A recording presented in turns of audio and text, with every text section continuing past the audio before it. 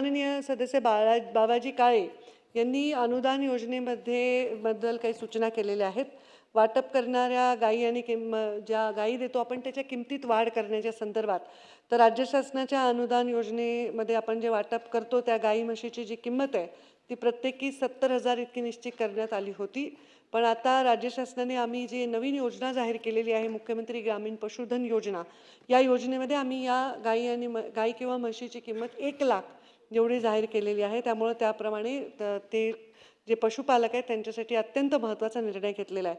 तसेच ग्रामीण भागातील पशुधन खरेदी करता निधीचा जास्तीत जास्त निधी उपलब्ध करून द्यावा असं त्यांनी सांगितलेलं आहे. आपल्याला माहिती आहे की आता आम्ही सगळ्या योजना एका छताखाली आणण्यासाठी आणि चांगला त्याचा परिणाम दिसावा, कारण काही योजना केंद्र शासनाच्या ज्याच्यात 10% अनुदान आहे, काही ठिकाणी 90% अनुदान आहे, पण जो मधला स्लॅब होता जिथे 50% तरी अनुदान दिलं तर जास्तीत जास्त लोक उत्साहाने घेतील. तर त्यासाठी आम्ही नवीन योजना आखलेली आहे मुख्यमंत्री ग्रामीण पशुधन योजना. त्यासाठी आज 99.45 कोटीची आमची मंजुरीसाठी मागणी टाकण्यात आलेली आहे, तर तोही निधी उपलब्ध होईल. रमेशजी बोरनारे यांनी सांगितलेलं आहे की जी रामजी योजनेअंतर्गत गाई म्हशीच्या खरेदीसाठी निधी उपलब्ध करून द्यावा. तर ही योजना केंद्र शासनाची आहे, त्यांचे वेगळे घटक आहेत, वेगळ्या त्यांचे क्रायटेरिया आहेत. पण या योजनेमध्ये आता मी मगाशी सांगितलं की मुख्यमंत्री ग्रामीण पशुधन योजनेमध्ये याचा समावेश करण्यात येईल. त्यामुळे एकाच लाभाला 2 योजनेत देता येणार नाही, म्हणून आम्ही त्याला मुख्यमंत्री ग्रामीण पशुधन योजनेमध्ये जास्तीत जास्त त्या गाई आणि म्हशीच्या वाटप करण्याचा निर्णय घेतलेला आहे. तर त्यांनी जो विषय मांडला आहे ते बरोबर आहे. पोल्ट्रीसाठी वीज दरामध्ये सवलत आम्ही संवर्धन खात्याला कृषीचा दर्जा दिलेला आहे. इथल्या सगळ्या लाभार्थ्यांना कृषीला जे काही सवलती मिळतात त्या सगळ्या शेतकऱ्याला जे मिळतात त्या पशुपालकांना मिळण्याचा निर्णय झालेला आहे. तर त्याच्यामध्ये त्यांना विजेची सवलत देखील आहे. पशुसंवर्धन ला कृषी समकक्ष दर दिला असल्यामुळे हे त्यांना मिळणारच आहे. तसेच पोल्ट्री शेड उभारण्यासाठी पण अनुदानाची आपण त्याच्यामध्ये सवलत त्याच्यामध्ये दिलेली आहे. त्यांना कर्जाला व्याज अनुदान सुद्धा त्याच्यामध्ये आहे. आणि कच्चा माल म्हणजे जसं तुम्हाला एखादी व्हॅन घ्यायची असेल, कोल्ड स्टोरेज करायचं असेल तर त्याच्यासाठी सुद्धा त्याच्यामध्ये उपलब्ध होणार आहे सोय. व्यवस्थित सगळे नियम पाळून जर अर्ज केला तर त्यांना तो लाभ होणार आहे.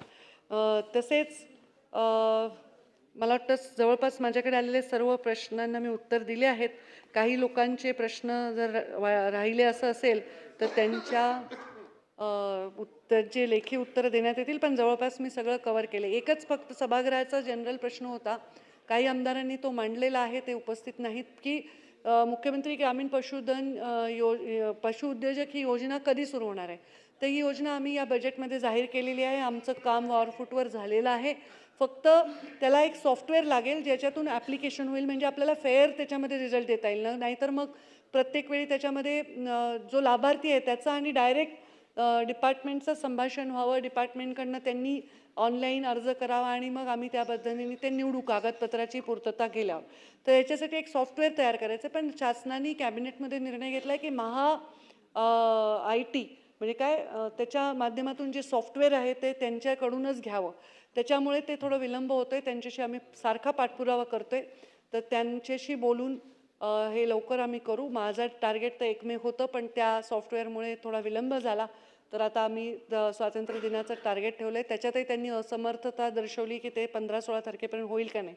तर त्यांना आम्ही विनंती करू की आम्हाला हे सॉफ्टवेअर डेव्हलप करता यावं. आम्ही करून त्यांना ते त्यांच्याकडे वर्ग करू. पण आमचं काम फास्ट होण्यासाठी त्यांचं सहकार्य आम्ही मागितलेलं आहे. लवकरच त्याची बैठक लावणार आहे. आमची योजना खातं म्हणून पूर्ण तयार आहे, फक्त त्या सॉफ्टवेअरमुळे थांबलं आहे. तेही लवकर होईल आणि ज्या दिवशी होईल तर महाराष्ट्रातली ही म्हणजे आत्तापर्यंत योजनावर काम करताना माझा हाच भर राहिलेला आहे. हे खातं माझ्याकडे आज असेल नसेल, उद्या असेल नसेल, पण माझ्या योजना ज्या आहेत त्या लोकांसाठी सदैव माझ्या म्हणजे ज्या मी मंत्री म्हणून योजनांची संकल्पना मांडली त्या सदैव कामात राहाव्या लोकांच्या.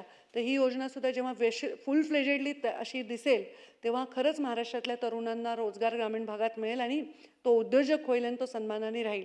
पर्यायाने नागरीकरणावर त्याचा सकारात्मक परिणाम आपल्याला बघायला मिळेल असं